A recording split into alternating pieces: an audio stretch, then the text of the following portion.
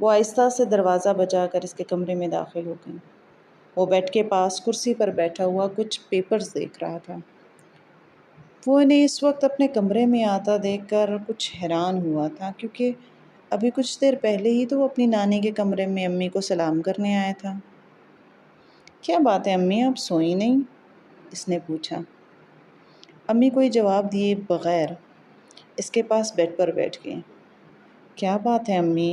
اس نے پہلی بار ماں کا چہرہ غور سے دیکھا۔ شاید وہ روئی ہوئی تھی۔ یہ چیز اس نے نانی کے کمرے میں محسوس نہیں کی، اور یہ نوٹ کرتے ہی اس کی بے چینی اور اضطراب میں اضافہ ہو گیا۔ امی، کیا ممانی سے کوئی جھگڑا ہوا ہے؟ اس نے ماں کی خاموشی پر ایک اور سوال کیا تھا۔ نہیں، کوئی جھگڑا نہیں ہوا۔ تم اس دن بات کر رہے تھے نا کہ تم گھر لے سکتے ہو الگ رہنے کے لیے۔ ہاں تو؟ معیز نے کھوجتی ہوئی نظروں سے ماں کے چہرے کو دیکھا۔ تو پھر لے لو۔ میرا خیال ہے اب ہمیں الگ ہی رہنا چاہیے، اور پھر اس طرح تمہیں بھی سہولت ہو جائے گی۔ ان کے لہجے میں عجیب سی شکست خوردگی تھی۔ یہ اچانک آپ جانے پر کیسے راضی ہو گئیں؟ پہلے تو آپ مان نہیں رہی تھیں۔ وہ کچھ حیران ہوا تھا، لیکن وہ جواب میں چپ سادھ کر رہ گئی تھیں۔ کیسے بتا دیتی کہ آج بھائی کی باتوں نے کس طرح ان کا دل چیر کر رکھ دیا تھا۔ معیز 10 سال کا تھا جب وہ بیوہ ہو کر بھائی کے در پر آ کے بیٹھی تھی۔ ان کے 3 بھائی تھے، اور تینوں پہلے اکٹھے رہتے تھے۔ بعد میں انہوں نے اپنے پورشنز الگ کر لیے تھے۔ عدت کے پورا ہوتے ہی بھائی انہیں لینے آ پہنچے تھے، لیکن وہ معیز کو ساتھ نہیں لانا چاہتے تھے، اور رابعہ معیز کو چھوڑنا نہیں چاہتی تھی۔ وہ ان کی یہی ضد تھی کہ معیز ننہال میں آیا تھا۔ وہ شادی کے 5 سال بعد پیدا ہوا تھا، اور ان کا اکلوتا بیٹا تھا۔ ان کے شوہر ناصر مسقط میں کسی فرم میں انجینئر تھے، اور وہ بھی اپنے والدین کے اکلوتے بیٹے تھے۔ شادی کے 15 سال انہوں نے جیسے ایک مستقل بہار میں گزارے تھے۔ روپے پیسے کی ریل پیل تھی، اور ساس و سر چاہنے والے تھے۔ معیز شادی کے 5 سال بعد پیدا ہوا تھا، اور جیسے منہ میں سونے کا چمچ لے کر پیدا ہوا تھا۔ کون سا ناز نخرا تھا جو اس کا نہیں اٹھایا گیا تھا؟ وہ صرف ماں باپ کا لاڈلا ہی نہیں بلکہ خالاؤں اور ماموں کا بھی چہیتا تھا۔ اور ہوتا کیوں نہ؟ اس وقت رابعہ کے پاس بے تحاشا روپیہ تھا، جو وہ کھلے دل سے اپنے بھانجے بھانجیوں پر لٹاتی تھی۔ لاڈ پیار نے معیز کو بگاڑ کر رکھ دیا تھا، جس طرح اکثر اکلوتے بچے بگڑتے ہیں۔ وہ تعلیم میں اچھا تھا، لیکن آؤٹ اسٹینڈنگ نہیں تھا، اور ضد میں تو کوئی اس کا ثانی نہیں تھا۔ جو بات ایک بار اس کے منہ سے نکل جاتی وہ جیسے پتھر پر لکیر ہو جاتی، دنیا ادھر کی ادھر ہو جاتی، مگر وہ نہیں۔ لیکن اس وقت کسی کو اس کے غصے اور ضد پر پریشانی نہیں ہوتی تھی، کیونکہ وہ لاکھوں کی جائیداد کا اکلوتا وارث تھا۔ پھر کون تھا جو اس میں نقص نکالنے کی حماقت کرتا؟ انہی دنوں رابعہ نے اپنے چھوٹے بھائی کی بیٹی سعدیہ سے معیز کی نسبت طے کر دی تھی۔ دونوں خاندان اس رشتے پر بہت خوش تھے۔ معیز اس وقت صرف 8 برس کا تھا جب یہ ہولناک انکشاف ہوا کہ ناصر کو پھیپھڑوں کا کینسر ہے۔ یہ تشخیص ہو جانے کے بعد انہیں ملازمت سے ریٹائر کر دیا گیا۔ رابعہ پر جیسے ایک قیامت ٹوٹ پڑی تھی۔ انہیں ملازمت ختم ہونے کا افسوس نہیں تھا، انہیں تو صرف ناصر کی صحت یابی کی فکر تھی۔ ناصر کو ساتھ لے کر وہ باہر کے ملک میں علاج کے لیے پھرتی نہیں، لیکن مختلف آپریشنز کے بعد بھی کینسر ختم نہیں ہوا، بلکہ وہ مزید پھیلتا گیا۔ پھر انہی دنوں ایک ٹریفک حادثے میں ان کے سسر کا انتقال ہو گیا۔ رابعہ جیسے پھر دوراہے پر آن کھڑی تھی۔ وہ اپنی ساس کے ساتھ مسقط سے پاکستان شفٹ ہو گئی تھیں۔ پھر معیز کو اپنی ساس کے پاس چھوڑ کر ایک بار پھر سے وہ ناصر کو علاج کی خاطر انگلینڈ لے گئی۔ روپیہ پانی کی طرح بہانے کا نتیجہ یہ ہوا کہ مسقط کی طرح اب پاکستان میں بھی ان کی جائیداد بک چکی تھی۔ جو روپیہ اکٹھا کرنے میں ناصر اور اس کے والد کو 40 سال لگے تھے، وہ صرف 2 سال میں ختم ہو چکا تھا، اور جب وہ 2 سال ختم ہوئے تو ناصر بھی ختم ہو گیا۔ رابعہ کے لیے مصیبتوں کا ایک نیا سلسلہ شروع ہو گیا۔ ان کی ساس کو اپنے بھائیوں کے پاس جانا پڑا اور اس کے بھائی معیز اور رابعہ کو اپنی ذمہ داری پر اپنے گھر لے گئے۔ رابعہ کی ساس بلکتے ہوئے انہیں چھوڑ کر چلی گئی تھیں۔ سب کچھ بدل سا گیا تھا، کچھ بھی پہلے جیسا نہیں تھا۔ بھائیوں کے پاس آ کر رابعہ کو پہلی بار یہ احساس ہوا تھا کہ وقت اور حالات کے بدلنے کے ساتھ لوگ کیسے بدل جاتے ہیں۔ وہی بھائی بھابھیاں جو انہیں بلانے کے لیے بار بار مسقط فون کیا کرتے تھے، اب انہیں گھر لانے کے بعد یہ طے کرنے میں مصروف تھے کہ وہ کس کے پاس رہیں گی، کون انہیں خرچ دیا کرے گا۔ خیر، کچھ وقت گزرنے کے بعد انہوں نے رابعہ پر دوسری شادی کے لیے دباؤ ڈالنا شروع کیا، لیکن صرف یہ ایک ایسی چیز تھی جس پر رابعہ کوئی دباؤ برداشت کرنے کے لیے تیار نہیں ہوئی تھی۔ ناصر ان کے لیے کیا تھے اور ان کے ساتھ گزارے ہوئے 17 سال وہ کسی بھی طرح فراموش نہیں کر سکتی تھیں۔ ان کے بھائی یہ سمجھنے سے قاصر تھے۔ رابعہ کے ضد کے سامنے وہ جھک تو گئے تھے، مگر ان کے رویے روز بروز بد سے بدتر ہوتے چلے گئے۔ وہ کئی دن ان سے مخاطب نہیں ہوتے تھے۔ بھابیاں جو بات بلا واسطہ نہیں کہہ سکتی تھی نا، وہ بلا واسطہ طور پر کہتی تھیں۔ ان کی ماں خود بھی بیٹوں اور بہوؤں کے رحم و کرم پر تھیں، اس لیے وہ صرف انہیں صبر کی تلقین کرتی تھیں۔ بہنیں وہ تھیں جو بھائیوں کے گھر آتی تو کوشش کرتی کہ رابعہ سے ملے بغیر ہی چلی جائیں، کیونکہ رابعہ کے ساتھ زیادہ گرم جوشی برتنے کا مطلب یہ ہوتا کہ انہیں پہلے بھابھیوں اور پھر بھائیوں کی بے رخی کا سامنا کرنا پڑتا۔ ویسے بھی وہ جس سوشل اسٹیٹس کی حامل تھیں، وہ متقاضی تھا کہ وہ صرف بھائیوں سے ہی میل جول رکھیں۔ رابعہ تو اب اپنا اسٹیٹس کھو چکی تھی اور دوبارہ اسے حاصل کرنے کا دور دور تک کوئی امکان نہیں تھا۔ لیکن جو بھی تھا، رابعہ کا حوصلہ اور صبر کمال کا تھا۔ انہوں نے کبھی کسی سے شکوہ نہیں کیا۔ ایک چپ کی مہر تھی جو انہوں نے اپنے ہونٹوں پر لگا لی تھی۔ انہوں نے گھر کی پوری ذمہ داری اپنے کندھوں پر اٹھا لی تھی۔ ان کے بڑے بھائی کے گھر 2-3 ملازم تھے اور وہی صرف رابعہ سارے گھر کا کام کرتی تھی، جیسے وہ اپنے بھائی کی ہاؤس کیپر ہو۔ اس خدمت کے عوض انہیں رہائش، 3 وقت کا کھانا اور ہر ماہ بھائی سے 1000 روپے میسر ہوتے، اور وہ انہیں 1000 روپوں میں اپنے اخراجات پورے کرنے کی کوشش کرتی۔ ان کے ذاتی اخراجات کچھ نہیں تھے، ہاں معیز کا خیال رکھنا انہیں ضرور پڑتا تھا، اور وہ اسی اسکول میں پڑھتا تھا جہاں ان کے بھائیوں کے بچے تھے، اور اس میں بھی ان کے بھائیوں کو کوئی کمال نہیں تھا۔ اپنی ساس کے ساتھ جب وہ پاکستان شفٹ ہونے کے بعد انہوں نے اس کو خود اسی اسکول میں داخل کروایا تھا، کیونکہ تب ان کے پاس روپے کی کوئی کمی نہیں تھی۔ لیکن اب انہیں فیس اور دوسرے اخراجات پورے کرنے کے لیے جو جتن کرنے پڑتے تھے، وہ صرف ان کا دل ہی جانتا تھا۔ اتنی تعلیم یافتہ تو وہ تھی نہیں کہ کوئی اچھی سی جاب کر سکیں، اور اگر تعلیم یافتہ ہوتی بھی تو تب بھی ان کے بھائیوں کی غیرت کو کہاں گوارا ہوتا کہ وہ کوئی جاب کریں۔ ایک سے بڑھ کر ایک امتحان انہیں درپیش تھا، اور انہی امتحانوں سے نبرد آزما ہوتے ہوئے پتہ نہیں کب ان کی توجہ معیز سے ہٹ گئی۔ وہ ہر وقت کسی نہ کسی بھابھی کا کوئی نہ کوئی کام کر رہی ہوتی، اور اسی جدوجہد کا یہ فائدہ تھا کہ کوئی نہ کوئی ان کے اخراجات پورے کر ہی دیتا تھا۔ اسی بھاگ دوڑ میں انہیں پتہ ہی نہیں چلا کہ کب معیز ذہنی طور پر بالغ ہو گیا۔ اس نے بلا شبہ باپ کی بیماری اور موت کو بے حد محسوس کیا تھا، کیونکہ اب وہ بہت خاموش ہو چکا تھا۔ شروع میں اسے ماموں کے گھر آ کر رہنا بہت اچھا لگتا تھا، کیونکہ اسے ہمیشہ سے یہاں آنا پسند تھا، کیونکہ یہاں اس کے ساتھ کھیلنے کے لیے بہت سارے بچے تھے اور بہت سارے ایسے لوگ تھے جو اس کے ناز نخرے اٹھاتے تھے۔ لیکن وقت گزرنے کے ساتھ ساتھ اسے یہ پتہ چلا کہ پہلے اور اب کے رہنے میں بہت فرق ہے۔ اب اسے ہر بات پہ ڈانٹا جاتا تھا، اس کے کاموں میں روک ٹوک ہوتی تھی۔ شروع میں اس کے کزنز سے بہت فرینک تھے، لیکن اپنے ماں باپ کے بدلتے رویوں کا اثر ان پر بھی ہوا اور انہوں نے اسے نظر انداز کرنا شروع کر دیا۔ پہلے سے یہ سب سمجھ نہیں آتا تھا، مگر جب اس نے اس بارے میں سوچنا شروع کیا تو آگہی کے نئے در اس پر کھلتے چلے گئے۔ سارے فرق اس کی سمجھ میں آنے لگے اور وہ جیسے شوق میں آتا چلا گیا، بہت نامحسوس طریقے سے۔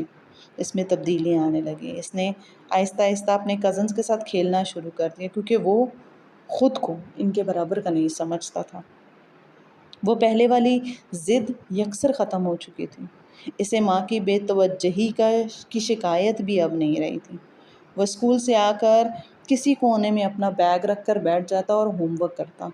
جب ہوم ورک ختم ہو جاتا تو ڈرائنگ کرتا، اور جب اس میں بھی دلچسپی ختم ہو جاتی تو کوئی کتاب نکال کر پڑھنے لگتا۔ اسٹڈیز میں تو وہ اچھے گریڈز لانا شروع ہو گیا تھا۔ ہر بار اس کا رزلٹ دیکھ کر رابعہ کا سیر و خون بڑھ جاتا تھا۔ انہیں لگتا کہ اس کو ڈاکٹر بنانے کا ان کا یہ خواب ضرور پورا ہوگا۔ معیز کے مزاج میں ہونے والی تبدیلیوں کا احساس انہیں پہلی مرتبہ تب ہوا جب وہ ایک صبح اسے اتفاقاً گاڑی تک چھوڑنے کے لیے گئی۔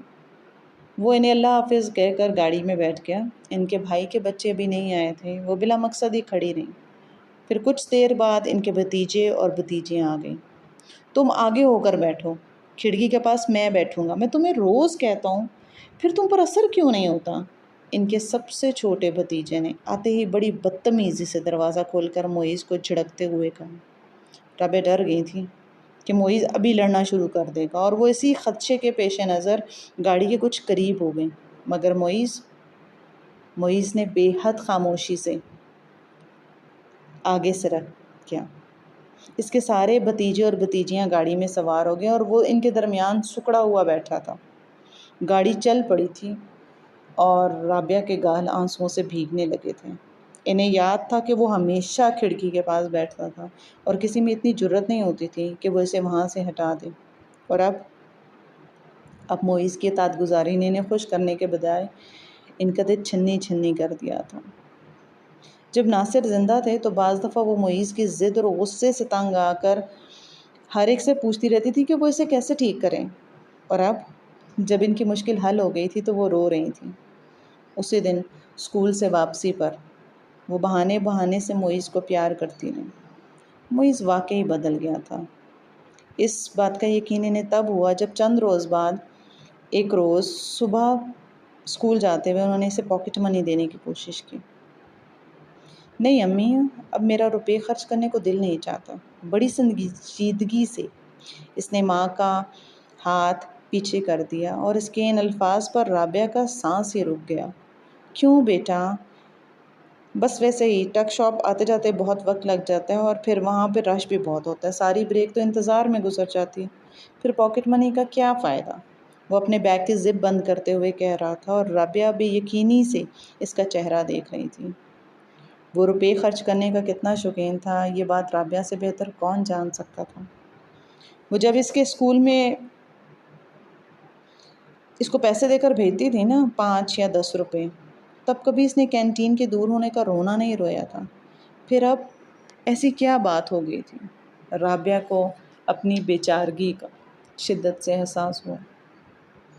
8ویں کلاس تک آتے آتے وہ بالکل ہی بدل چکا تھا، اور اس میں کوئی بھی پہلے والی بات ہی نہیں رہی تھی۔ اس کا غصہ یکسر ختم ہو چکا تھا۔ ماموں کی ڈانٹ ڈپٹ کو وہ بڑی خاموشی سے سنتا، اور اس نے کبھی ممانیوں کی کسی بات کا برا نہیں منایا تھا، اور نہ ہی کبھی وضاحتیں پیش کرنے کی کوشش کی تھی۔ اس کے چہرے کے نقوش بہت عام سے تھے، رنگت بھی سانولی تھی، اوپر سے وہ تھا بھی دبلا پتلا، اور کسی نہ کسی بات پر وہ اپنے کزنز کے مذاق کا نشانہ بنتا ہی رہتا، مگر اس نے پلٹ کر کبھی کسی کو جواب نہیں دیا تھا۔ وہ بڑی خاموشی سے سب کی باتیں برداشت کرتا۔ ماموں کے گھر کی دوسری منزل پر موجود اسٹور اس نے اپنے کمرے کے طور پر استعمال کرنا شروع کیا، اور سارا دن اسی کمرے میں گھسا رہتا تھا، اور پھر اچانک اس نے زیادہ تر وقت گھر سے باہر رہنا شروع کر دیا۔ ماں کے استفسار پر اس نے کہا کہ وہ اپنے دوست کے ساتھ پڑھتا ہے۔ پھر گھر سے باہر رہنا جیسے اس کا معمول بن گیا تھا، اور رابعہ کو ہمیشہ اس پر یقین آ جاتا کہ وہ دوست کے ساتھ پڑھتا ہے، کیونکہ گھر آنے کے بعد بھی وہ زیادہ تر کتابیں لے کر ہی بیٹھا رہتا تھا۔ پھر جب وہ میٹرک میں آیا تو اس کے باہر رہنے کے اوقات بھی بڑھ گئے تھے، لیکن رابعہ پھر بھی مطمئن تھی۔ پتہ نہیں انہیں کیوں یہ لگتا تھا کہ وہ کہیں کوئی غلط کام نہیں کر رہا۔ گھر پر وہ جب بھی ہوتا کسی نہ کسی کو کوئی نہ کوئی کام یاد آتا رہتا، اور وہ بار بار اندر باہر کے چکر لگاتا رہتا۔ اب رابعہ کی بھی یہی خواہش ہوتی کہ وہ باہر ہی رہیں، کم از کم باہر وہ اطمینان سے پڑھتا تو ہوگا۔ میٹرک کے امتحانات میں وہ شاندار نمبروں سے کامیاب ہوا اور اسکول میں پہلی 5 پوزیشنز لینے والوں میں سے وہ ایک تھا۔ رابعہ کو ان کی منزل اور قریب لگنے لگی۔ رابعہ کے بھائی بھابھیوں نے انہیں مبارکباد دی، لیکن بجھے دل سے، کیونکہ ان کے اپنے بچوں میں سے جتنوں نے بھی میٹرک کے ایگزامز دیے تھے وہ بمشکل پاس ہوئے تھے۔ پھر اسی شام ان کے بڑے بھائی نے پوچھا، معیز آگے کیا کرنا چاہتا ہے؟ آگے کالج میں ایڈمیشن لے گا، رابعہ نے بے حد خوشی سے کہا، کیونکہ پہلی بار بھائی نے معیز کے بارے میں اتنی دلچسپی سے پوچھا تھا۔ کالج میں ایڈمیشن لے کر وہ کیا کرے گا؟ وہ اتنا بڑا ہو چکا ہے کہ اپنے پیروں پر کھڑا ہو جائے۔ اس سے کہو کہ میرے پاس فیکٹری آ جایا کرے، مہینے کے اتنے روپے تو میں اسے دے ہی دوں گا کہ وہ اپنا اور تمہارا خرچ اٹھا سکے۔ رابعہ نے گمسم ہو کر بھائی کو دیکھا اور ان کے لہجے میں ایک عجیب سی بیزاری تھی۔ یہ وہی بھائی تھا جو کسی زمانے میں کہتا تھا کہ معیز کو ڈاکٹر بننا چاہیے کیونکہ خاندان میں کوئی ڈاکٹر نہیں ہے۔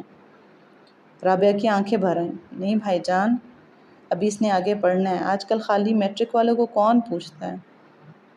ابھی تو اس نے آگے پڑھنا ہے، پھر اسے شوق بھی ہے۔ ان کے لہجے میں لجاجت تھی۔ ان کا بھائی خاموش رہا، مگر اس نے جن نظروں سے رابعہ کو دیکھا تھا وہ رابعہ کے وجود کو بیکاری بنا کر گئی تھیں۔ بیٹے کی کامیابی کی ساری خوشی یکدم ختم ہو گئی، لیکن صحیح معنوں میں قیامت تو ان پر تب ٹوٹی جب معیز نے کالج میں داخلہ لینے سے انکار کر دیا تھا۔ مجھے پڑھ کر آخر کرنا کیا ہے؟ میں نے کوئی کام کرنا ہے اور میں کام کرنا چاہتا ہوں۔ رابعہ کو ان کی بات سن کر اپنے کانوں پر یقین نہیں آیا۔ معیز تم کیا کہہ رہے ہو؟ ان کے لہجے میں بلا کی بے یقینی تھی۔ ہاں امی، اب میں پڑھنا نہیں چاہتا، میں کوئی کام کرنا چاہتا ہوں، آخر کب تک ہم دوسروں کو کھاتے رہیں گے؟ اس نے پھر پہلے کی طرح اپنی بات دہرائی۔ کیا کام کرو گے؟ میٹرک پاس کر کے کون تمہیں ملازمت دے گا؟ اگر تمہیں دوسروں کے ٹکڑوں پر پلنے کا اتنا ہی احساس ہے تو کچھ بن کر دکھاؤ نا۔ اسی لیے کہتی ہوں اپنی تعلیم جاری کرو، ڈاکٹر بنو۔ تم نہیں جانتے تمہارے باپ کی کتنی خواہش تھی تمہیں ڈاکٹر بنانے کی، کتنے خواب دیکھے تھے انہوں نے تمہارے لیے۔ وہ ان کی بات پر بڑے عجیب انداز سے ہنسا۔ امی، سارے خواب پورے نہیں ہوتے، اور جب یہ پتہ چل جائے نا کہ کوئی خواب پورا نہیں ہو سکتا تو پھر اس کا پیچھا چھوڑ دینا چاہیے۔ یہ زندگی میں سکون کے لیے بہت ضروری ہے۔ آپ کا کیا خیال ہے؟ میں ڈاکٹر نہیں بننا چاہتا تھا، بالکل چاہتا تھا، لیکن جب میں نے آپ کو فیس اور دوسرے اخراجات کے لیے دوسروں کی منت سماجت کرتے دیکھا نا تو میں نے اپنے دماغ سے ایسے سارے خواب نکال کر پھینک دیے۔ تم ایسی باتیں کیوں کر رہے ہو؟ یہ سب کچھ کیوں سوچتے ہو؟ تم صرف اپنی تعلیم پر توجہ دو، اخراجات کی فکر مت کرو۔ وہ ماں کے چہرے پر نظریں گاڑے کھڑا تھا۔ ڈاکٹر بننے کے لیے لاکھوں روپے چاہیے ہوتے ہیں، کہاں سے لائیں گی آپ اتنا روپیہ؟ آپ مجھے روپیہ دکھائیں، میں وعدہ کرتا ہوں کہ میں آپ کو ڈاکٹر بن کر دکھاؤں گا۔ اس بار اس نے بڑے خشک لہجے میں ماں سے کہا تھا۔ میں لے آؤں گی روپیہ، چاہے مجھے اپنے بھائیوں کی منتیں ہی کیوں نہ کرنی پڑیں۔ امی، یہ 2-4 ہزار کی بات نہیں ہے، لاکھوں کا معاملہ ہے۔ آپ کیوں اس غلط فہمی کا شکار ہے کہ آپ کے بھائی آپ کو فوراً روپیہ دے دیں گے؟ وہ مجھ پر روپیہ خرچ کیوں کریں گے؟ اس سے کیا فائدہ حاصل ہوگا؟ امی، میں ان کی اولاد نہیں ہوں، اور آپ بھی یہ بات سمجھ لیں اور خدا کے لیے ان خوابوں سے باہر آ جائیں۔ اور فرض کریں میں ڈاکٹر بن بھی جاؤں تب بھی کیا ہوگا؟ پہلے ہاؤس جاب کے لیے سفارشیں ڈھونڈوں گا، پھر جاب کے لیے، اور اگر بغیر کسی سفارش کے جاب مل بھی جاتی ہے تو اس سے کیا ہوگا؟ وہ 4-5 ہزار روپے میں کیا کروں گا؟ نہیں امی، جو مجھے چاہیے وہ 4-5 ہزار روپے سے بہت زیادہ ہے، میرے ڈاکٹر بننے سے کچھ نہیں ہوگا۔ رابعہ پتھر کا بت بنی کھڑی رہیں اور وہ اس کو دیکھے جا رہی تھیں۔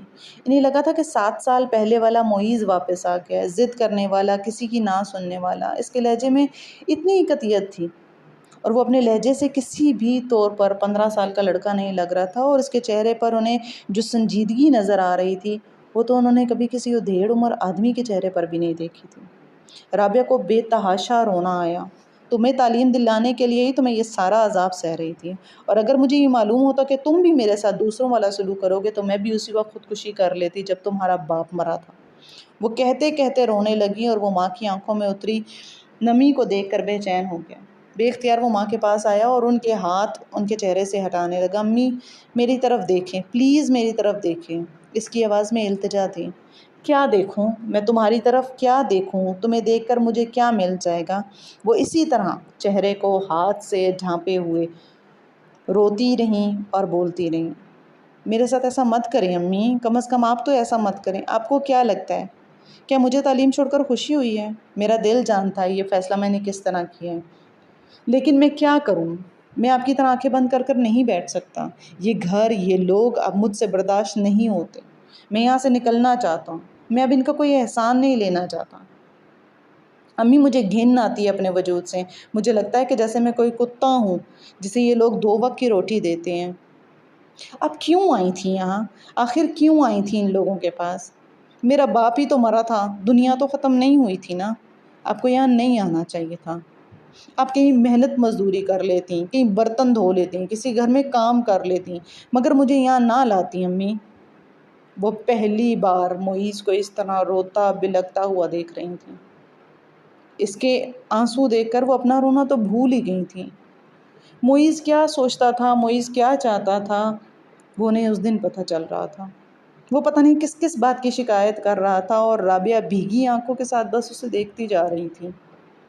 انہوں نے معیز کو آسائشیں دینے کے لیے اپنے بھائیوں کے در پر آنا پسند کیا تھا، اور آج وہی بیٹا اس آرام و آسائش سے نفرت کر رہا تھا۔ امی یہ دیکھیں، میرے ہاتھوں کو دیکھیں، کیا آپ کو نہیں لگتا کہ یہ ایک مزدور کے ہاتھ ہیں؟ میں پچھلے 3 سال سے کام کر رہا ہوں، اور اب محنت کے علاوہ مجھے کچھ اور سوٹ ہی نہیں کرتا۔ وہ اپنے ہاتھ ان کے سامنے پھیلائے ہوئے کہہ رہا تھا، اور رابعہ حیرانی سے اس کا چہرہ دیکھ رہی تھی۔ معیز تم کام کرتے ہو؟ رابعہ نے بے یقینی سے پوچھا۔ ہاں، اور معیز کے لہجے میں تفخر تھا۔ میں نے کام اسی وقت شروع کر دیا تھا جب میں 8ویں کلاس میں تھا۔ میرے دوست کے باپ کی لیدر جیکٹس کی فیکٹری ہے، وہاں میں نے لیدر جیکٹس کی کٹنگ اور سلائی سیکھی۔ میں آپ سے کہتا تھا نا کہ میں اپنے دوست کے ساتھ پڑھنے جاتا ہوں۔ میں پڑھتا نہیں تھا امی، میں یہ کام سیکھنے جاتا تھا، اور اب تو میں پارٹ ٹائم کام کر کے 1,500 روپیہ کما لیتا ہوں، اور امی مجھے یہی سب کچھ کرنا ہے جو میں کر رہا ہوں۔ میرے لیے اب آپ کو کسی کے سامنے ہاتھ پھیلانے کی ضرورت نہیں ہوگی۔ اس نے بھیگے ہوئے چہرے کے ساتھ ان کے ہاتھ پکڑ لیے۔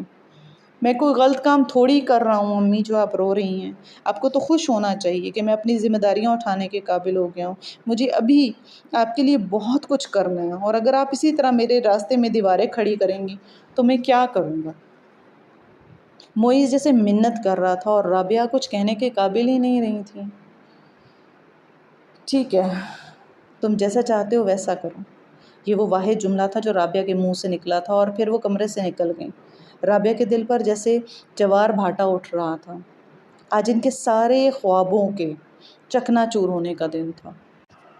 عجیب سی بے حسی تھی جو رابعہ پر طاری ہو گئی تھی، اور اب انہیں گھر کے کاموں میں کوئی دلچسپی نہیں تھی۔ پہلے وہ گھر کے کاموں میں اس لیے جٹی رہتی تھی کیونکہ انہیں معیز کے اخراجات کے لیے روپوں کی ضرورت ہوتی تھی، اور وہ یہ روپے ان سے لے لیتی تھی، لیکن اب یک دم انہیں روپے کی ضرورت ہی نہیں رہی تھی۔ معیز اپنا سارا خرچہ خود اٹھانے لگا تھا، اور انہیں بھی ہر ماہ اتنے روپے ضرور دے دیتا کہ انہیں کسی دوسرے سے روپے مانگنے کی ضرورت نہیں پڑتی تھی۔ انہوں نے صرف ایک بار اپنے بھائیوں سے روپے لینے سے انکار کیا، اور ان کے بھائیوں نے دوبارہ جھوٹے منہ انہیں روپے لینے کے لیے نہیں کہا۔ شاید وہ بھی اس ذمہ داری سے جلد از جلد جان چھڑانا چاہتے تھے، اور اب آہستہ آہستہ انہیں معیز صحیح لگنے لگا تھا۔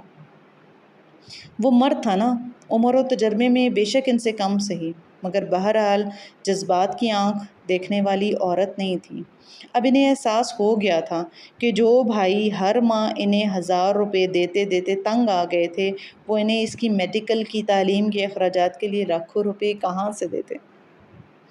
انہیں معیز کا کچھ پتہ نہیں چلتا تھا کہ وہ کب گھر ہوتا اور کب نہیں۔ اکثر وہ رات کے 11 بجے آتا، اور اس کے ماموں اس کو جھڑکتے تو وہ اوور ٹائم کا کہہ دیتا، اور اب وہ کھانا بھی وہاں سے نہیں کھاتا تھا۔ اکثر کبھی چھٹی کا دن ہوتا تو وہ باہر سے اپنا کھانا لاتا اور ماں کو ساتھ بٹھا کر کھلاتا۔ پھر آہستہ آہستہ رابعہ کو یہ سب اچھا لگنے لگا۔ بیٹے کی کمائی تھوڑی ہی صحیح، مگر پوری طرح سے ان کی تھی۔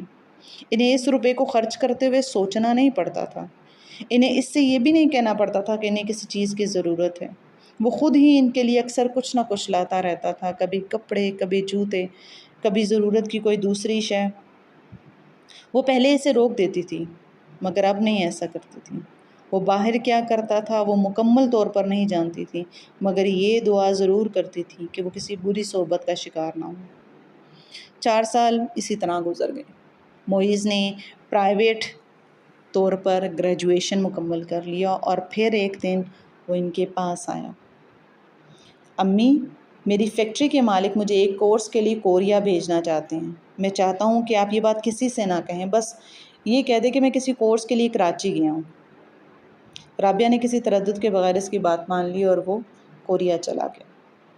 وہ انہیں خط نہیں لکھتا تھا، اکثر فون پر بات کرتا تھا۔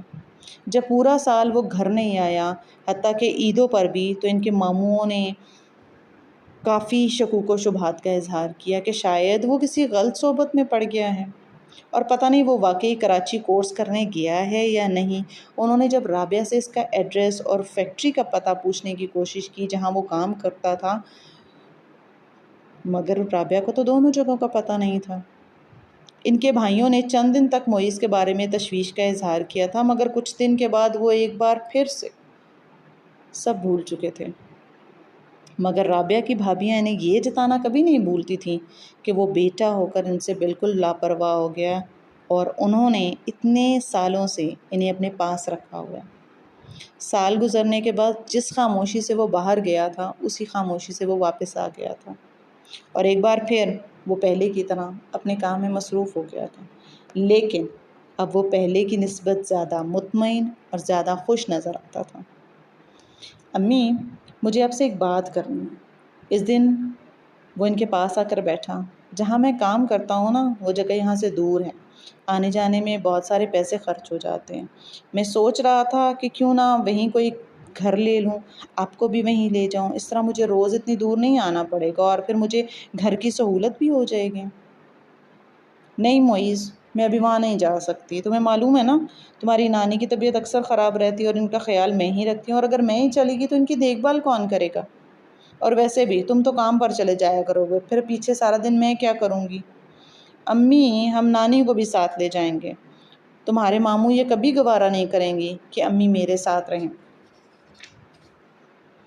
وہ ان کی بات پر خفگی سے انہیں دیکھنے لگا۔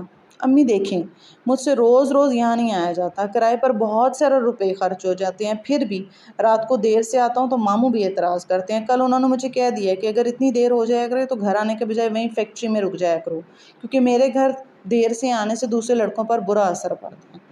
وہ کافی بے چین تھا۔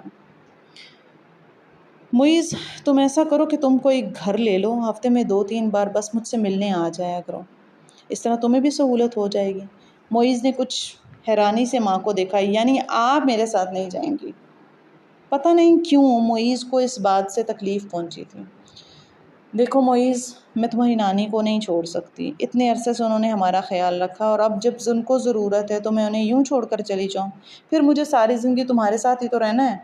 انہوں نے بڑے نرم لہجے سے سمجھایا، اور وہ ہونٹ بیچتے ہوئے اٹھ کھڑا ہوا۔ ٹھیک ہے امی، لیکن اب آپ ذہنی طور پر تیار ہو جائیں کہ آپ نے اس گھر کو چھوڑنا ہے۔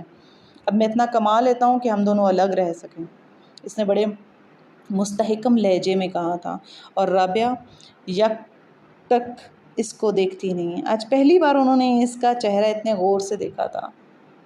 وہ زیادہ خوبصورت نہیں تھا، لیکن دراز قد اور سٹول جسم نے اسے بے حد پرکشش بنایا تھا۔ انہیں وہ بالکل ناصر کی طرح لگتا تھا۔ وہ بھی اسی طرح دراز قد اور نقوش کے اعتبار سے وہ بھی ناصر سے مشابہ رکھتا تھا۔ وہی گندمی رنگ جس کی بنا پر وہ بچپن میں اپنے کزنز کے تمسخر کا نشانہ بنتا تھا، اور وہی رنگ اب اس پر سج رہا تھا۔ وہ 22 سال کا تھا، لیکن اپنے قد و قامت کی وجہ سے عمر سے بڑا لگتا تھا۔ انہوں نے دل ہی دل میں اپنے بیٹے کی نظر اتاری۔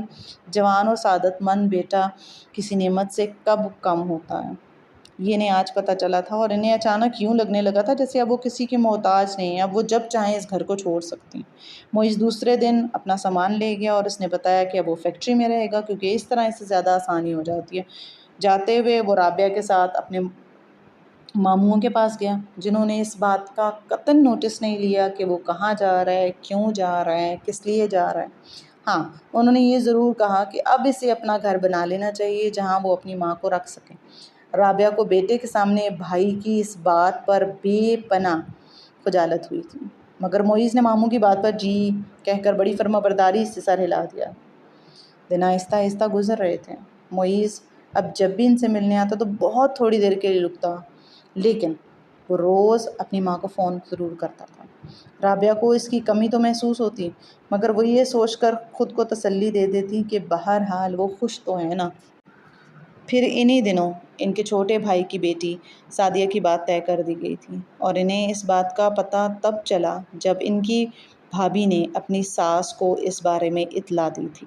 رابعہ بھی اس وقت ماں کے پاس بیٹھی تھی، وہ جیسے بھونچکا رہ گئی تھیں۔ بھائیوں کی تمام بے التفاتی کے باوجود انہیں پتہ تھا، بلکہ یہ یقین تھا کہ وہ سعدیہ کی شادی معیز کے ساتھ ہی کریں گے، کیونکہ معیز کے ساتھ بچپن سے اس کی نسبت طے تھی۔ مگر ایک بار پھر ان کی امیدیں غلط ثابت ہوئیں۔ لیکن بھابھی، سعدیہ کی نسبت تو بچپن سے معیز سے طے ہے، اور آپ اس کا رشتہ کیسے کہیں اور کر سکتی ہیں؟ معیز سے اس کی نسبت آپ لوگوں کے اصرار پر ہی طے ہوئی تھی۔ رابعہ خاموش نہیں ہوئی تھی۔ بھابھی نے تیکھی نظروں سے انہیں گھورا اور کہا، کون سی نسبت اور کہاں کی نسبت؟ وہ نسبت طے کرنے والے بھی تمہارے بھائی تھے، اور یہ نسبت طے کرنے والے بھی تمہارے بھائی ہیں۔ تمہیں جو بھی کہنا ہے نا وہ ان سے کہو، مگر ایک بات اپنے ذہن میں ضرور رکھنا ساتھیہ، کبھی بھی تمہاری بہو نہیں بن سکتی۔ میں اپنی بیٹی کو کنویں میں نہیں دھکیل سکتی۔ تمہارا بیٹا ہے کیا؟ وہ یہ کہتے ہوئے تیزی سے اٹھی اور کمرے سے نکل گئی۔ رابعہ نے شوقی نظروں سے ماں کو دیکھا۔ حوصلہ رکھو رابعہ، میں تمہارے بھائی سے بات کروں گی۔ ان کی امی نے جس طرح انہیں تسلی دی تھی، اس سے صاف ظاہر تھا کہ وہ خود بھی اس رشتے کے بارے میں کچھ زیادہ پر امید نہیں تھی، لیکن انہیں خود بیٹے سے بات کرنے کی کوشش نہیں کرنی پڑی۔ شام ہوتے ہی وہ دندناتے ہوئے اپنی بیوی کے ساتھ ان کے کمرے میں آ گئے۔ نہ صرف وہ بلکہ رابعہ کے دوسرے دونوں بھائی بھی آ گئے، اور انہوں نے رابعہ کے سلام کا جواب دیے بغیر کڑے تیوروں کے ساتھ کہا، کون سے رشتے اور نسبت کی بات کی تھی تم نے یاسمین سے؟ انہوں نے اپنی بیوی کا نام لیا۔ بھائی جان، آپ نے بچپن میں خود ہی تو… اس کے بھائی نے ان کی بات کاٹ دی۔ میں نے جو کہا تھا نا وہ غلط کہا تھا، بکواس کی تھی۔ تم اپنے بیٹے کو کس برتے پر رشتے کے لیے پیش کر رہی ہو؟ وہ ہے کیا چیز؟ کیا وہ کبھی میری بیٹی کے برابر ہو سکتا ہے؟ تعلیم دیکھو اس کی، اور میری بیٹی ایم اے پاس ہے۔ وہ 4-5 ہزار کمانے والا کاریگر، اور میری فیکٹری میں ایسے 40 کاریگر کام کرتے ہیں۔ وہ جتنی رقم ہر مہینے کماتا ہے، میں اتنی رقم ہر مہینے اپنی بیٹی کو خرچ کے لیے دیتا ہوں۔ باقی باتوں کو تو چھوڑو، شکل دیکھو تم اپنے بیٹے کی۔ کیا وہ اس قابل ہے کہ میری بیٹی کے ساتھ کھڑا بھی ہو سکے؟ اور تم مجھے نسبتیں یاد دلا رہی ہو؟ ہمارے ٹکڑوں پر پل کر جوان ہونے والے کو کیا ہم ساری عمر اپنے سر پر مسلط رکھیں گے؟ باتیں نہیں، خنجر تھیں جو وہ باری باری رابعہ کے دل میں گاڑتے چلے جا رہے تھے۔ میرا ہونے والا داماد اسسٹنٹ کمشنر ہے، اور تمہارا بیٹا تو اس قابل بھی نہیں کہ کہیں چپڑاسی بھی بھرتی ہو سکے۔ بھائی جان، میں نے سعدیہ کا رشتہ نہیں مانگا تھا، آپ نے یہ رشتہ خود طے کیا تھا، اور آپ جو باتیں آج کہہ رہے ہیں وہ آپ کو پہلے سوچنی چاہیے تھی۔ رابعہ نے بھرائی ہوئی آواز میں ان سے کہا، ہر باپ اپنی اولاد کا اچھا ہی تو چاہتا ہے۔ اس وقت مجھے لگتا تھا کہ تمہارے بیٹے سے بیاہ کر میری بیٹی کا مستقبل محفوظ ہوگا، لیکن تم تو اتنی احمق نکلی کہ اپنے مستقبل تک کو تم نے محفوظ نہیں کیا۔ میری بیٹی کا مستقبل کیا دیکھو گی؟ جو کچھ تمہارے پاس تھا تم نے خرچ کر دیا اپنے شوہر پر، یہ جانتے ہوئے بھی کہ اس کا مرض لا علاج ہے۔ تم اتنی عقل مند نہیں تھی کہ بیٹے کے لیے ہی کچھ بچا لیتی، جو آج اس طرح کے کام کرتا ہے، لیکن تم نے تو سب کچھ ناصر پر خرچ کر دیا، اور تمہیں اس کا کیا فائدہ ہوا؟ ان کا بھائی انہیں عقل سکھا رہا تھا کہ وہ روپے بچا لیتی اور شوہر کو مرنے دیتی۔ وہ روپیہ جسے جمع کرنے میں ان کا کوئی رول نہیں تھا۔ رابعہ کا دل چاہ رہا تھا کہ وہ ان سے پوچھیں کہ کیا وہ یہی سبق اپنی بیوی کو دینا پسند کریں گے، مگر انہوں نے صرف اتنا ہی کہا کہ ٹھیک ہے بھائی جان، مجھ سے غلطی ہو گئی، میں سعدیہ کا ذکر لے کر بیٹھ گئی، آپ سے بہتر اس کا برا بھلا کون سمجھ سکتا ہے، کون سوچ سکتا ہے اس کا اچھا برا؟ وہ یہ کہہ کر کمرے سے نکلیں کہ کسی دوسرے بھائی بھابھی نے ان کی حمایت میں ایک لفظ تک نہیں کہا تھا۔ سگے رشتوں سے جو تھوڑی بہت انسیت تھی وہ بھی اس دن انہیں ختم ہوتی ہوئی محسوس ہوئی، اور اسی لیے آج جب 3 دن بعد معیز ان سے ملنے آیا تھا تو انہوں نے اسے گھر تلاش کرنے کے لیے کہا تھا۔ لیکن امی، آخر بات کیا ہے؟ پہلے تو بالکل آپ انکار کر رہی تھیں، اور اب معیز کو ماں کی رضامندی پر حیرانی ہو رہی تھی۔ بیٹے کے نرم لہجے پر خود پر ضبط کرتے ہوئے ان کا جی بھر آیا۔ سعدیہ کی منگنی ہو گئی ہے، انہوں نے بھیگی آنکھوں سے اسے بتایا۔ تو اس میں رونے والی کیا بات ہے؟ ماں کے آنسو اس کی سمجھ سے باہر تھے، اور رابعہ کے لیے اس کا رویہ ایک لمحے کو بھی ایسا نہیں لگ رہا تھا کہ جیسے اسے کوئی ملال ہو۔ کیا سعدیہ کی منگنی ہونے میں میرے لیے کوئی رونے کا والی بات ہے؟ رابعہ نے شوقی لہجے میں پوچھا۔ ہاں امی، آپ کے لیے رونے والی کون سی بات ہے؟ آخر اس کی شادی ہی تو ہو رہی ہے، اور اس کے ماں باپ نے اس کی شادی کرنی تھی، اور پھر خاندان میں اور بہت سی لڑکیاں ہیں، جب ان کی منگنیاں ہوں گی تب آپ روئیں گی۔ سعدیہ کوئی دوسری لڑکی نہیں ہے، وہ بچپن سے تم سے منسوب تھی۔ پھر اب ایک بار پھر ان کے آنسو چھلک گئے۔ وہ بے اختیار ایک طویل سانس لے کر رہ گیا۔ اب اس کے سمجھ میں آیا تھا کہ ماں کی افسردگی کا سبب کیا ہے۔ اس کے ذہن میں کہیں دور دور تک سعدیہ سے اپنی نسبت کا خیال بھی نہیں تھا، کیونکہ اس نے سعدیہ کو کبھی اس نظر سے دیکھا ہی نہیں تھا۔ بلا شبہ وہ اس خاندان کی سب سے خوبصورت لڑکی تھی، اور اسے اس خوبصورتی کا احساس بھی تھا۔ وہ اگر ان حالات کا شکار نہ ہوتا تو شاید وہ بھی سعدیہ کے عشق میں بری طرح سے گرفتار ہوتا، لیکن ہوش سنبھالتے ہی اس نے اپنے ساتھ سعدیہ کا جو ہتک امیز سلوک دیکھا تھا، اس نے معیز کو کسی خوش فہمی میں مبتلا نہیں ہونے دیا تھا۔ اب اسے ماں کی رونے پر ہنسی آ رہی تھی۔ شاید وہ یہ سوچ رہی تھی کہ اسے اس کی نسبت ٹوٹنے کا سن کر بہت دکھ ہوگا۔ اس نے بڑے پیار سے ماں کے دونوں ہاتھ پکڑ لیے اور کہا، امی اگر اس کی منگنی ہو گئی ہے تو یہ تو اچھا ہوا ہے۔ آپ نے یہ کیسے سوچ لیا کہ ماموں مجھ سے اس کی شادی کریں گے؟ میں نے تو کبھی اس بارے میں سوچے ہی نہیں، اور میں ویسے بھی اس کے قابل ہی نہیں ہوں۔ اس کے ماں باپ ہر والدین کی طرح اپنی بیٹی کو خوش دیکھنا چاہتے ہیں، اور یقیناً یہ خوشی دولت سے وابستہ ہوتی ہے، اور میرے پاس دولت نہیں ہے، اور نہ ہی کبھی آنے کا امکان ہے۔ پھر وہ کس آس میں سعدیہ کی زندگی برباد کریں گے؟ انہوں نے جو کچھ کیا بالکل ٹھیک کیا۔ آپ خواہ اتنی چھوٹی سی بات کو دل پر مت لگائیں۔ اس نے بڑی نرمی سے انہیں سمجھایا۔ کیا ٹھیک ہے؟ انہوں نے دھوکہ دیا ہے، وعدہ خلافی کی ہے۔ میں دیکھتی نا، اگر ناصر زندہ ہوتے تو وہ یہ سب کچھ کیسے کرتے۔ اسی لیے میں تم سے کہتی تھی کہ تعلیم نہ چھوڑو، پڑھو، کچھ بن جاؤ، تاکہ دولت نہ صحیح تعلیم میں تو تم اس کے برابر ہو، پھر کوئی تمہیں اس طرح رد نہ کرتا۔ انہیں اب اس پر غصہ آ رہا تھا، مگر وہ سر جھکائے اطمینان سے ان کی باتیں سن رہا تھا۔ تم نے سعدیہ کے بارے میں کچھ سوچا ہو یا نہ سوچا ہو، میں نے تو ہمیشہ ہی اسے اپنے بہو سمجھا ہے۔ کیا کیا خواب دیکھے تھے میں نے تم دونوں کے لیے۔ وہ ایک بار پھر اپنی ادھوری بات چھوڑ کر رونے لگ گئی تھی۔ امی اب بس کریں، جانے دیں اس بات کو، مجھے کوئی دکھ نہیں ہے، کوئی افسوس نہیں ہے، تو آپ کو کیوں ہو رہا ہے؟ اور صاف بات ہے، ابا اگر زندہ ہوتے تو میرے پاس بے تحاشا دولت ہوتی، تو بھی میں اس سے شادی نہ کرتا، چاہے آپ نے نسبت کے بجائے میرا نکاح ہی کیوں نہ کیا ہوتا۔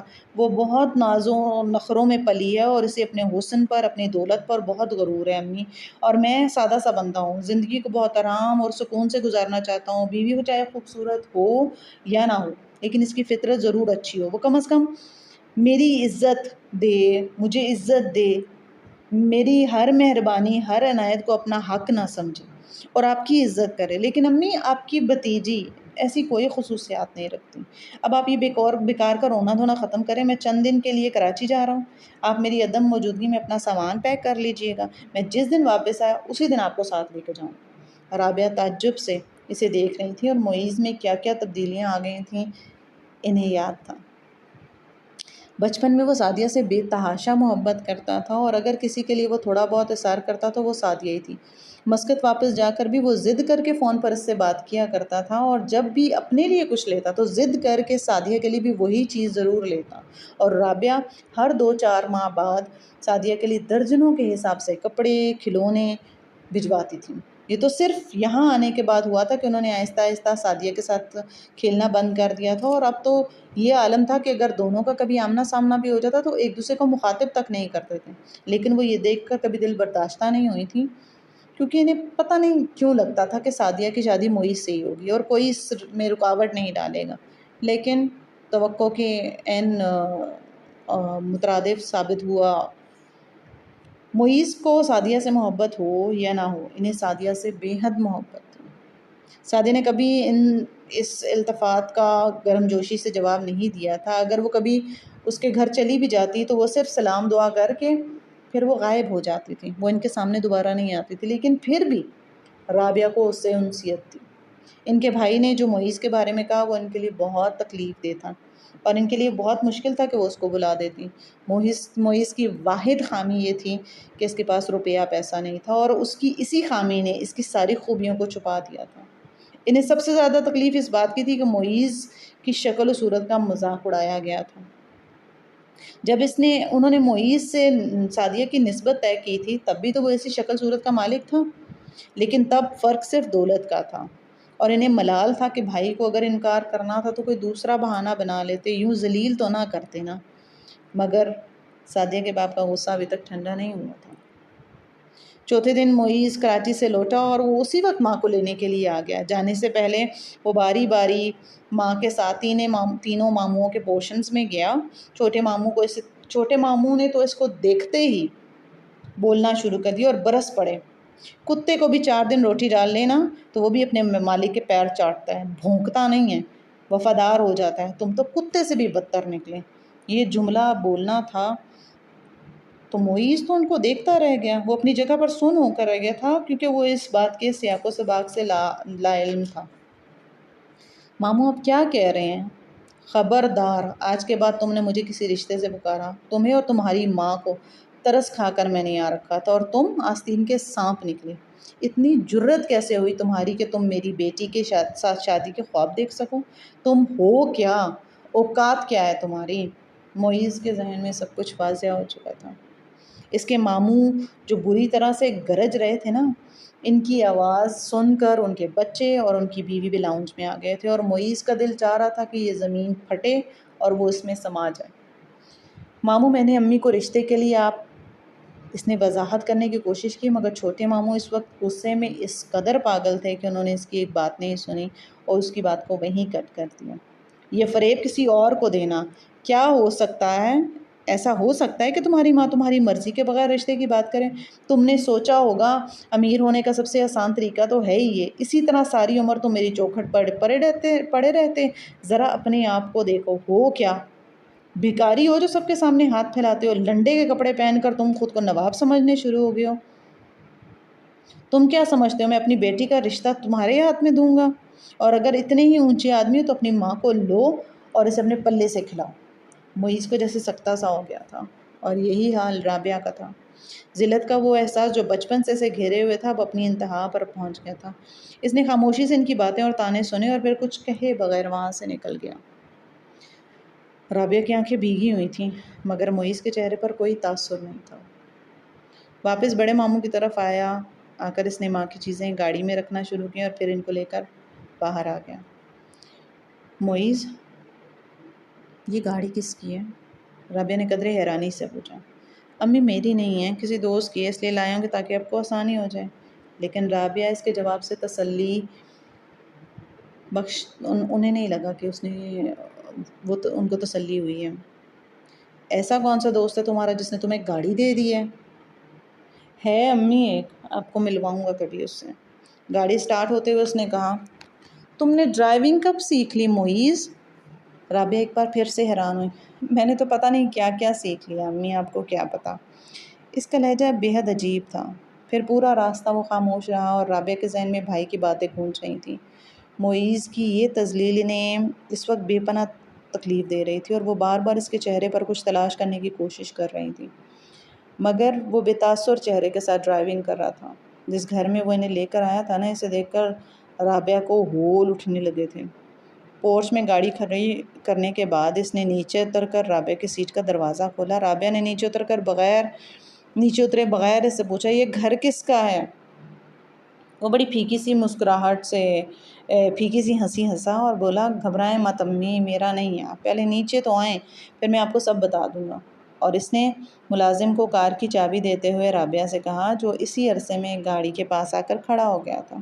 ملازم نے ڈکی سے سامان اتارنا شروع کیا۔ آئیں امی، وہ یہ کہہ کر اندر کی جانب بڑھ گیا۔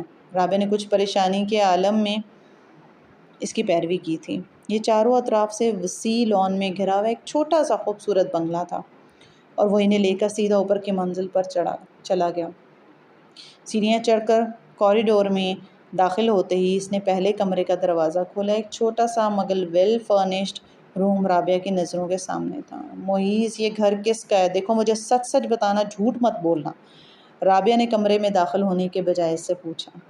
امی یہ میرے دوست کا گھر ہے اور میں یہاں عارضی طور پر رہتا ہوں۔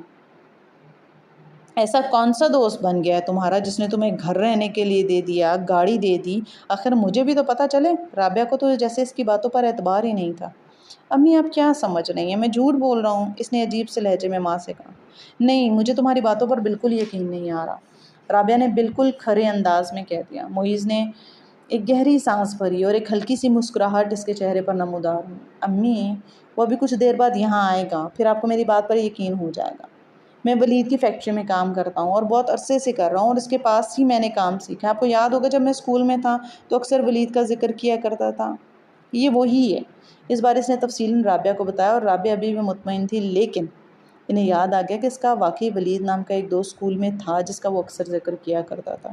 تقریباً 2 گھنٹے کے بعد ولید آیا اور آتے ہی وہ ان سے ایسے ملا جیسے وہ پہلی بار نہیں مل رہا بلکہ اکثر ان سے ملتا رہتا ہوں۔ شام کا کھانا کھایا اور پھر وہ واپس چلا گیا تو رابعہ کافی حد تک مطمئن ہو گئی تھی۔ وہ نہ صرف چہرے سے بلکہ باتوں سے بھی شریف اور سلجھا ہوا لگتا تھا۔ جاتے ہوئے اس نے معیز سے کہا کہ وہ رابعہ کو لے کر اس کے گھر آئیں تاکہ وہ اس کی امی سے مل سکیں، اور معیز نے بھی حامی بھر لی تھی۔ چند دنوں بعد جب رابعہ ولید کی امی سے ملی تو ان کے باقی ماندہ خدشات بھی ہوا ہو گئے۔ وہ بھی اسی گرم جوشی سے ملی جیسے ولید ملا تھا۔ معیز کے رویے سے لگ رہا تھا جیسے وہاں اس کا بہت آنا جانا، کیونکہ وہ خاصی بے تکلفی سے وہاں چل پھر رہا تھا، اور رابعہ بالکل مطمئن ہو چکی تھی۔ ولید اور معیز کی دوستی 4th کلاس میں سٹارٹ ہوئی تھی۔ دونوں میں بظاہر کچھ بھی مشترک نہیں تھا۔ ولید کلاس کا سب سے قابل اسٹوڈنٹ تھا اور معیز اوسط درجے کا تھا، لیکن جو چیز انہیں پاس لے آئی تھی وہ اسپورٹس کا شوق تھا۔ اسپورٹس کے بارے میں معیز کی معلومات زبردست تھی، اور دوسری چیز جس نے ولید کو معیز کا گرویدہ بنایا تھا وہ معیز کی انگلش تھی۔ وہ مسقط میں ایک امریکن اسکول میں پڑھتا تھا، اسی لیے وہ بڑی خوبصورت اور رواں انگلش بولتا تھا۔ معیز کی طرف دوستی کا ہاتھ ولید نے بڑھایا۔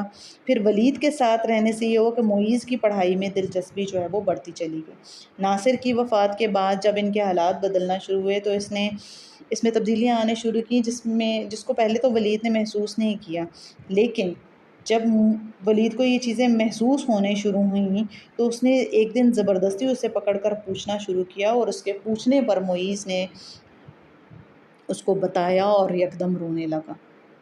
ولید عمر میں چونکہ اس سے 2 سال بڑا تھا تو وہ اس سے زیادہ سمجھدار تھا۔ اس نے معیز کو جتائے بغیر اس طرح اپنی سرگرمیوں میں انوالو کرنا شروع کیا جس طرح وہ پہلے کرتا تھا۔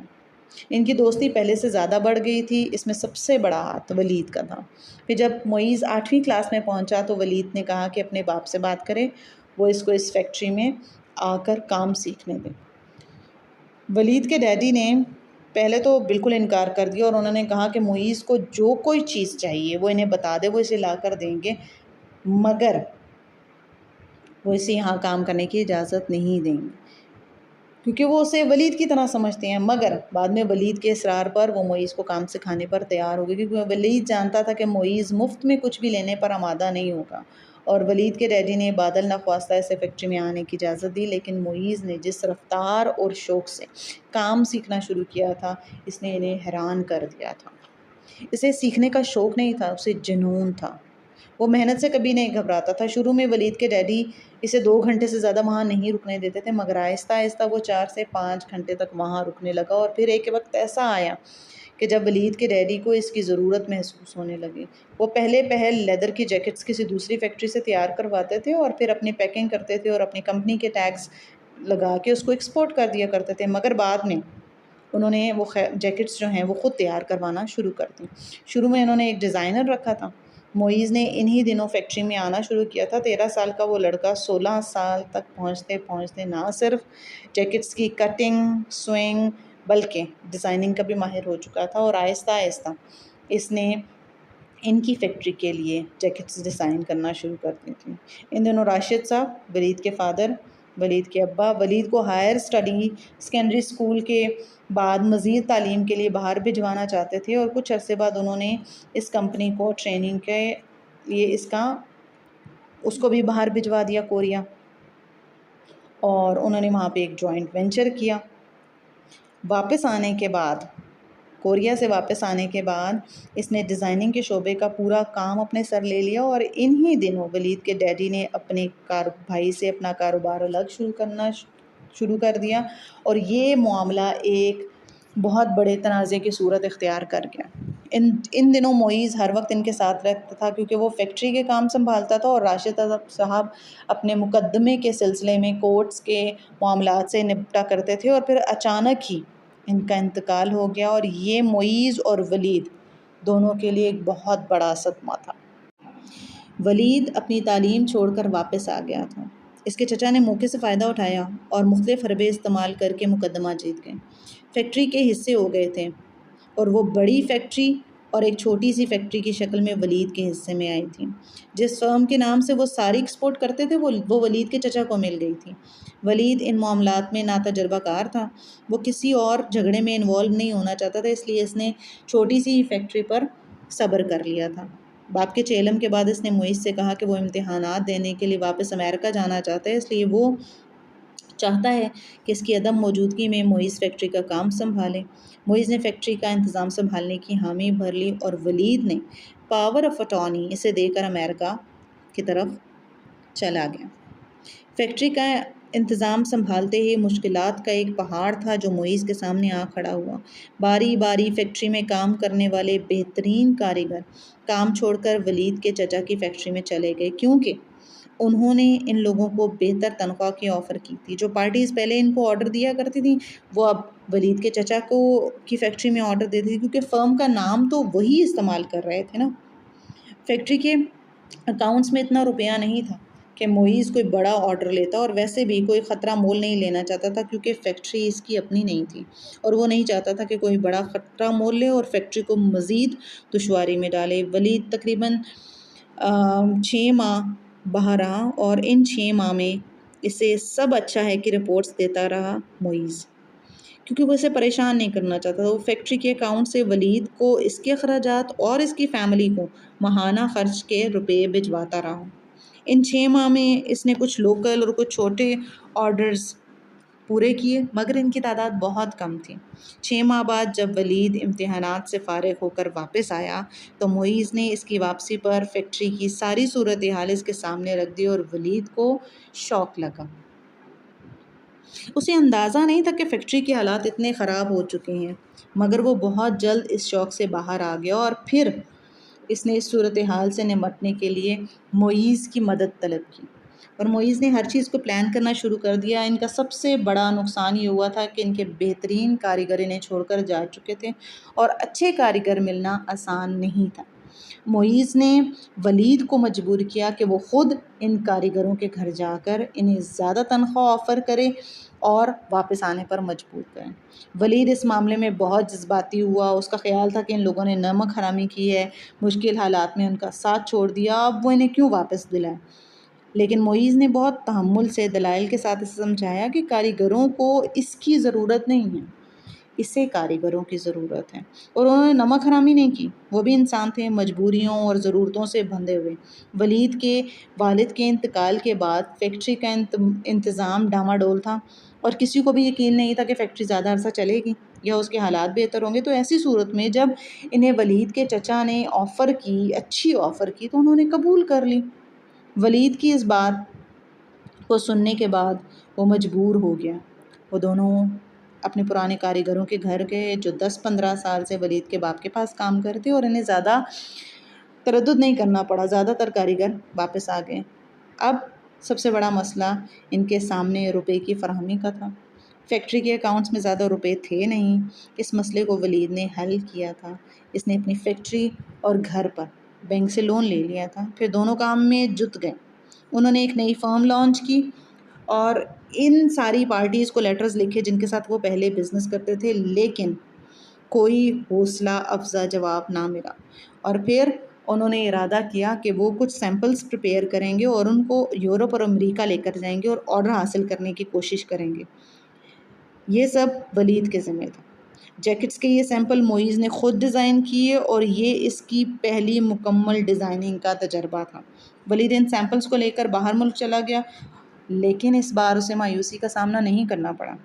پہلی ہی پارٹی نے انہیں 10,000 جیکٹس کا آرڈر دے دیا، اور یہ ان کے لیے بہت بڑا آرڈر تھا۔ دونوں نے جی جان لگا کر محنت کی اور آرڈر کمپلیٹ کیا۔ ولید کو مال کے بارے میں زیادہ معلوم نہیں تھا، وہ دفتری امور سر انجام دیتا تھا، اور معیز ان جیکٹس کے لیے نہ صرف لیدر کی خریداری خود کرتا تھا بلکہ تیاری کے ہر مرحلے میں خود انوالو ہوتا تھا۔ اس نے ایک ایک جیکٹ کو خود ذاتی طور پر چیک کیا تھا، اس کے بعد ان کی پیکنگ کروائی تھی۔ وہ لوگ کاریگروں سے اوور ٹائم کروا کر اور مقررہ وقت سے بھی پہلے انہوں نے وہ جیکٹس وہ آرڈر کمپلیٹ کر دیے تھے۔ جیکٹس کی کوالٹی اور ڈیزائننگ اتنی پسند کی گئی تھی کہ فوراً ہی اسی فرم کی طرف سے انہیں ایک اور بڑا آرڈر مل گیا، اور پھر تو آرڈرز کی ایک لائن لگ گئی، اور بعض آرڈرز تو اتنے بڑے ہوتے کہ وہ انہیں کر سکتے تھے یا نہیں وہ شور نہیں تھے، اور بعض دفعہ وہ انکار کر دیتے۔ آہستہ آہستہ ان کے پاس کاریگروں کی تعداد بھی بڑھتی رہی۔ پہلے ان کے پاس 25-30 کاریگر تھے، پھر ان کے پاس تقریباً 200 کے قریب پہنچ گئے، اور وقتی طور پر ہائر کرنے والے کاریگروں کی تعداد ان کے علاوہ تھی۔ انہوں نے فیکٹری کی عمارت میں بھی توسیع کی، اور آج کل انہوں نے کچھ نئی مشینری منگوائی اور جس کی تنصیب وہ اس نئے حصے میں کروا رہے تھے۔ معیز کا اگرچہ فیکٹری میں کوئی شیئر نہیں تھا اور نہ ہی اس نے ایسی کوئی خواہش ظاہر کی تھی، لیکن اب وہ پروڈکشن مینیجر کے طور پر کام کر رہا تھا اور ڈیزائننگ کے شعبے کا انچارج بھی وہی تھا۔ اس کی تنخواہ تقریباً 30,000 کے قریب تھی، اور بہت ساری دوسری سہولیات بھی تھیں، مگر پھر بھی وہ مطمئن نہیں تھا۔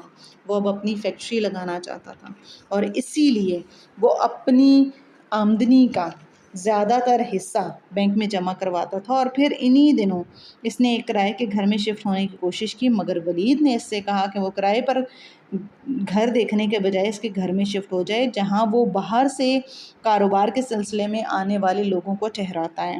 معیز نے بہت پس و پیش کی تھی، لیکن ولید نے اس کی ایک نہیں سنی تھی۔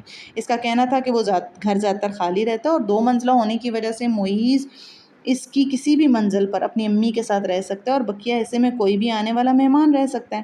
رابعہ نے تب اپنی ماں کی وجہ سے معیز کے ساتھ آنے سے انکار کر دیا، اور معیز کو اکیلے شفٹ ہونا پڑا، اور اب جب امی اس کے ساتھ آنے کے لیے تیار ہو گئی تو وہ انہیں وہیں لے کر گیا تھا۔ رابعہ کو تو یہاں آتے ہی وہ بہت بدلا ہوا لگنے لگا تھا۔ وہ نہ پہلے کی طرح سنجیدہ رہا تھا، نہ وہ پہلے کی طرح خاموش رہتا تھا، بلکہ جب بھی گھر آتا تو زیادہ سے زیادہ وقت وہ رابعہ کے ساتھ گزارتا، انہیں اپنی باتیں بتاتا، سارے دن کی مصروفیت بتاتا، اور انہیں یہ بھی کہتا کہ اس کو کون کون سا کھانا پسند ہے، اور وہ کھانے کی فرمائش بھی کرتا تھا۔ چھوٹی چھوٹی باتوں پر ہنستا تھا، پتہ نہیں وہ اپنی کون کون سی خواہشیں دبائے ہوئے بیٹھا ہوا تھا۔ رابعہ کو اب یہ احساس ہوتا تھا کہ اکلوتی اولاد کتنی تنہائی کا شکار ہوتی ہے، اور وہ بھی جو معیز جیسے حالات سے دوچار رہی ہے۔